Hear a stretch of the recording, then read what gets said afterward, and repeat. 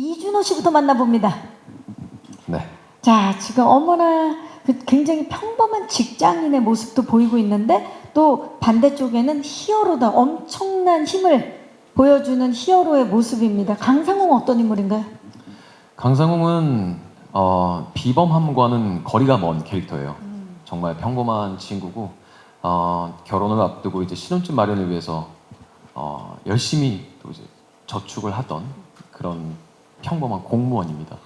근데 이제 아버지로부터 갑작스레 이제 초능력을 물려받게 되어서 아까 이제 설명에도 나왔듯이 손에 쥔 현금만큼 힘이 세지만 그 힘을 쓰면 내 돈을 쓰게 되는 그런 웃픈 상황에 처해 있는 캐릭터죠. 그러니까 진짜 손에 쥔 돈만큼 힘을 쓸 수 있다는 건 내 손에 10,000원이 있으면 10,000원치만큼, 그렇죠. 10만 원이 있으면 10만 원치만큼 네. 힘을 쓸 수 있다는 건가요? 그렇죠.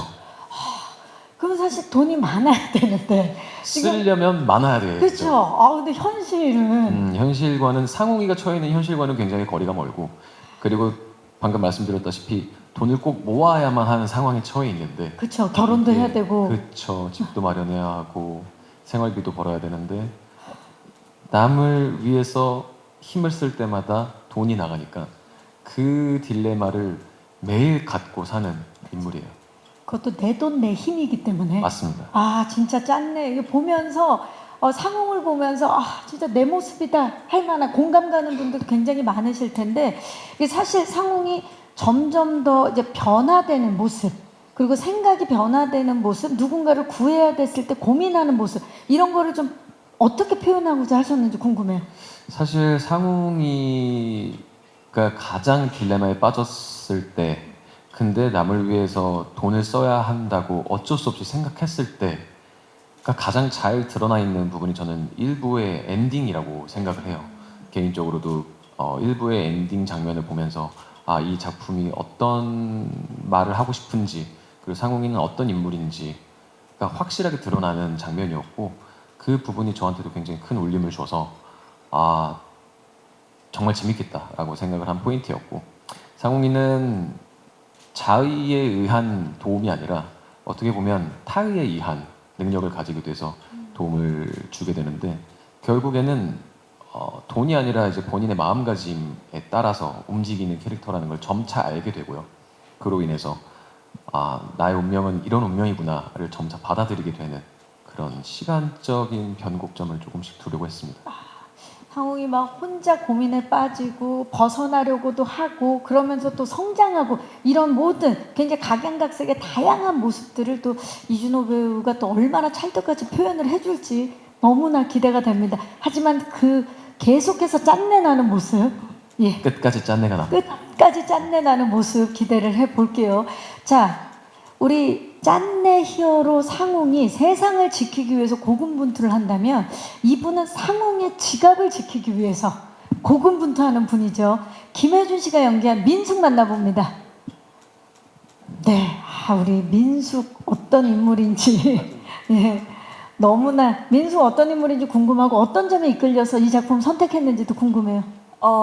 민숙이는 우선 상웅이와 9년 동안 장기 연애를 한 상웅이의 여자친구고요.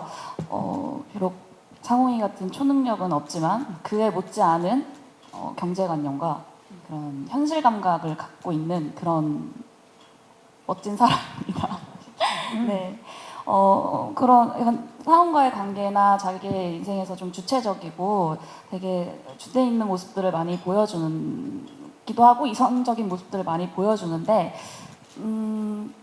또 그러다가도 돈을 모아야 되는데 계속 쓰는 상웅이가 답답할 법도 한데 또 어떤 순간에서는 상웅이를 마냥 믿어주고 의지해주고 그렇게 무한한 사랑을 보여주는 그런 민숙의 모습이 저는 더 멋있더라고요. 그래서 그런 부분에서 굉장히 매력을 많이 느꼈어요.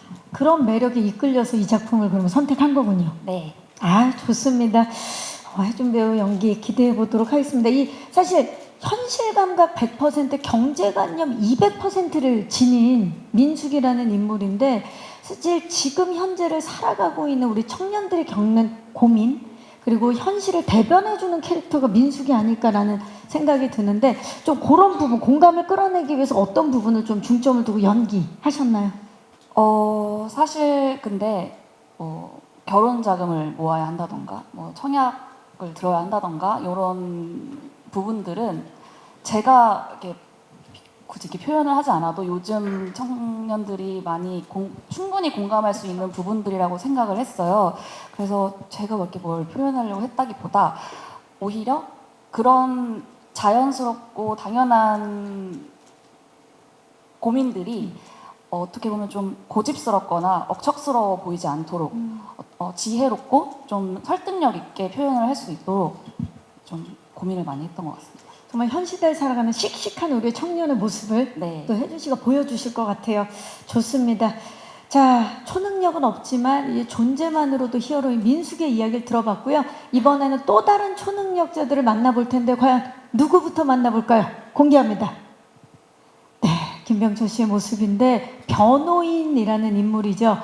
자, 대한초능력협회 수장이기도 하신데요. 어떤 캐릭터인지 소개 좀 부탁드릴까요? 아, 네.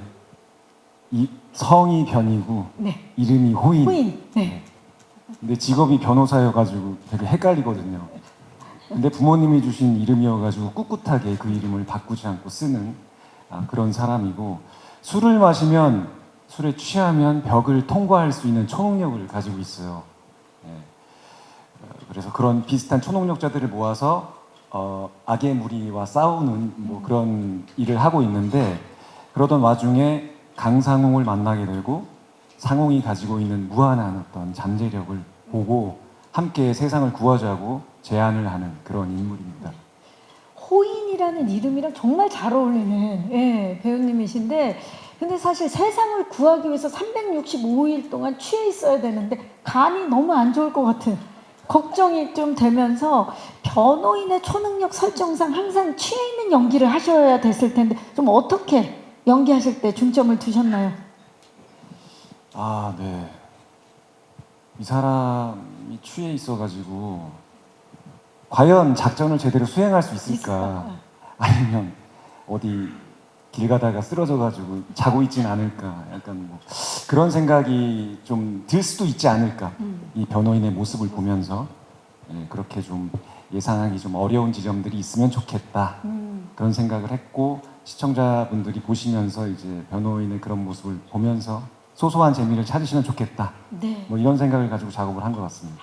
취기와 이성 사이의 그 아슬아슬한 줄다리기를 또 얼마나 잘 해주셨을지 기대해 보도록 하겠습니다. 자, 다음 초능력자는 바로 팀 상홍의 실세 막내 방은미 만나봅니다. 네, 벌써 막내 오브 탑의 모습을 좀 보여주고 있는데, 방은미 어떤 캐릭터인가요? 대한초능력자협회 핵심 멤버이고요.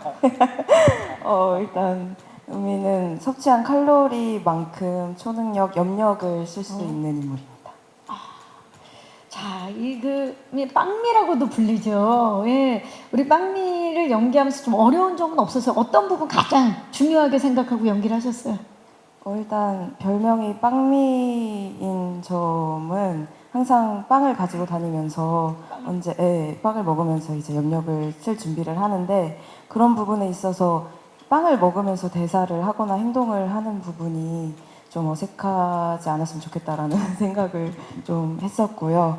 그리고 또 보시면 아시겠지만 약간 좀 항상 조금 화가 나 있어요. 얘가 조금 사춘기적인 모습이 보이는데, 그게 왜 그럴까라는 생각을 좀 하다가 한창 미적인 거에 관심이 많은 나이인데 보상받지도 못하는 이 일을 하기 위해서 계속 먹고 다이어트도 못하고, 먹다가 다이어트 하고 싶으면 또 야채 쪼가리 좀 먹다가 근데 또 다시 염력 써야 되고 하니까 이런 부분에 있어서 어떤 내면의 화가 있지 않을까라는 생각을 했고, 그런 부분에 있어서 저를 이제 잘 케어해 주신 변호인 선배님, 수장. 예. 네, 소장님이 계셔서 그런 케미들을 보실 수 있지 않을까라는 생각을 합니다.